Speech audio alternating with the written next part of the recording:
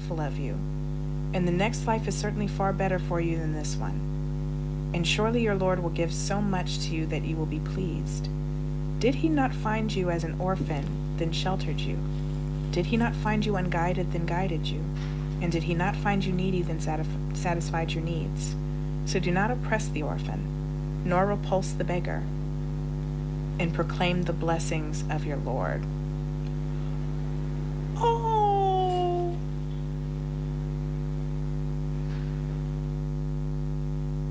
There's a note here on 93:10 that says, with nor repulse the beggar, the note says, and by extension, anyone asking for help.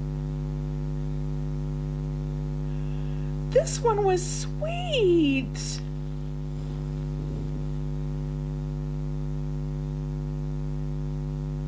Oh, I'm bookmarking this one. That one was sweet. I liked that one. Let me bookmark this one.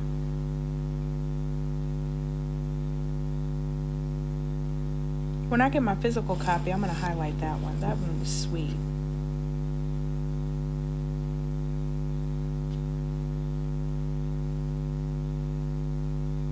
Do y'all read that when you're like facing hard times and stuff? I could imagine me turning to that one like anytime I feel like helpless, like all hope is lost. I could definitely see myself turning to that one.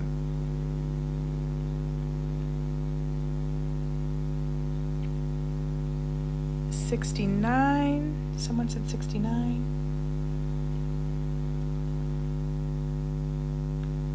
Al-Haqa.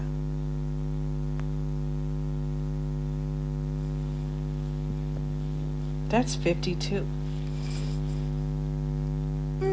That's not bad. That's not bad. 52 ayahs is not bad. The inevitable hour. What is the inevitable hour? And what will make you realize what the inevitable hour is? Both Thamud and Ad denied the striking disaster. The striking disaster is another name for Day of Judgment. As for Thamud, they were destroyed by an overwhelming blast. And as for Ad, they were destroyed by a furious bitter wind, which Allah unleashed on them non-stop for 7 nights and 8 days, so that you would have seen its people lying dead like trunks of uprooted palm trees. Do you see any of them left alive? Also, Pharaoh and those before him and the people of the overturned cities of Lut indulged in sin, each disobeying their Lord's messenger, so he seized them with a crushing grip. Indeed, when the floodwater had overflowed, we carried you in the floating ark with Noah, so that we may make this a reminder to you, and that attentive ears may grasp it. At last, when the trumpet will be blown with one blast, and the earth and mountains will be lifted up and crushed with one blow, on that day the inevitable event will have come to pass. The sky will then be torn, that it will be frail. Oh, the sky will then be so torn that it will be frail, with the angels on its sides. On that day 8, mighty angels will bear the throne of your Lord above them. You will then be presented before him for judgment, and none of your secrets will stay hidden. As for those given their records in their right hand, they will cry happily, "Here, everyone, read my record. I surely knew I would face my reckoning." They will be in a life of bliss in an elevated garden, whose fruit will hang within reach. They will be told, "Eat and drink joyfully for what you did in the days gone by." And as for those given their record in their left hand, they will cry bitterly, "I wish I had not been given my record, nor known anything of my reckoning. I wish death was the end. My wealth has not benefited me. My authority has been stripped from me." It will be said, "Seize and shackle them, then burn them in hell." Then tie them up with chains 70 arms long.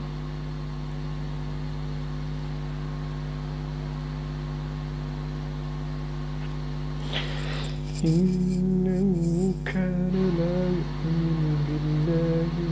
they never had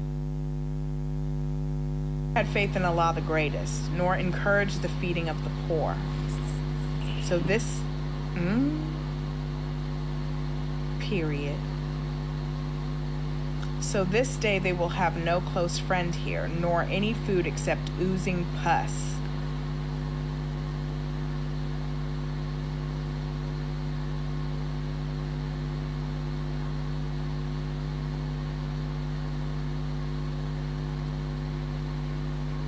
The Quran is so visual, like it's so visual.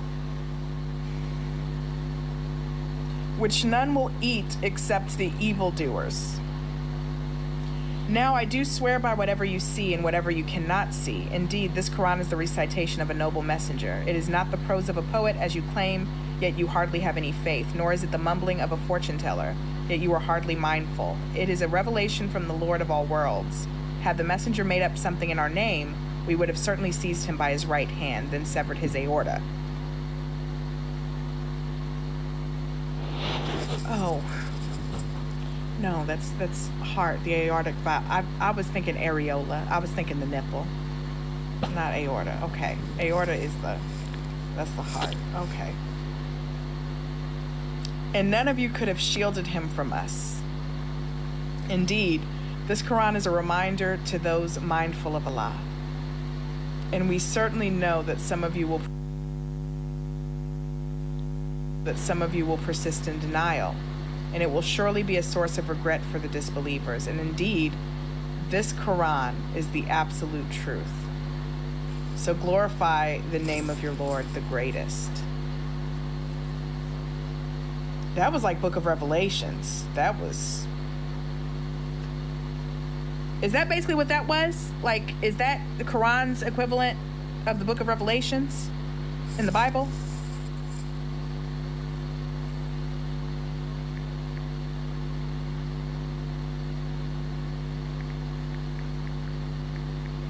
$109, y'all are saying 109. Al-Kafirun.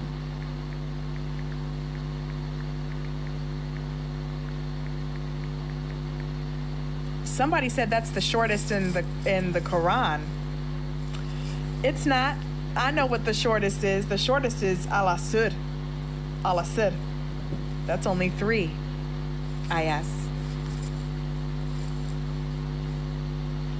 Know your stuff before you talk to me. Know your stuff before you talk to me. I've been reading this. I've been telling y'all. I've been reading this. All right, so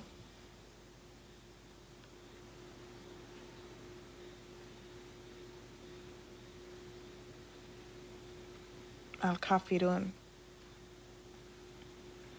Say, O Prophet, O you disbelievers, I do not worship what you worship, nor do you worship what I worship. I will never worship what you worship, nor will you ever worship what I worship. You have your way and I have my way. I like that one. I like that one. That was, it is what it is. I do not worship what you worship, nor do you worship what I worship. I will never worship what you worship, nor will you ever worship what I worship. So have your way and I'll have my way. You do you and I'll do me. Period. I like that one.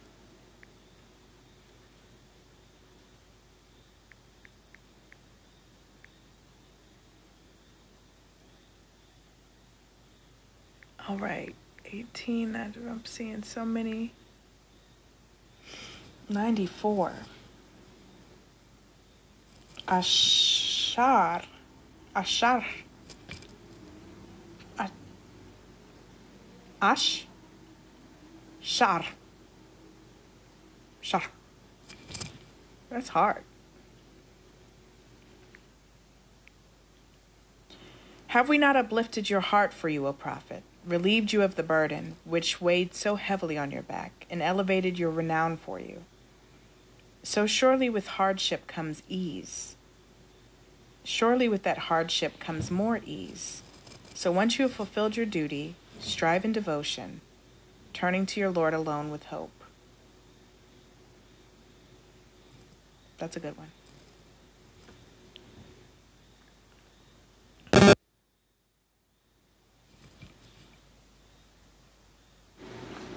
That was a good one.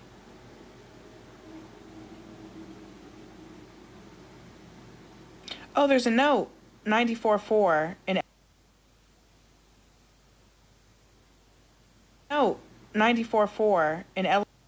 Note 94.4 in L.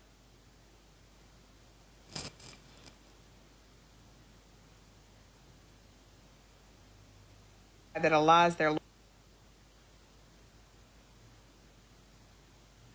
Lord and Muhammad is his messenger.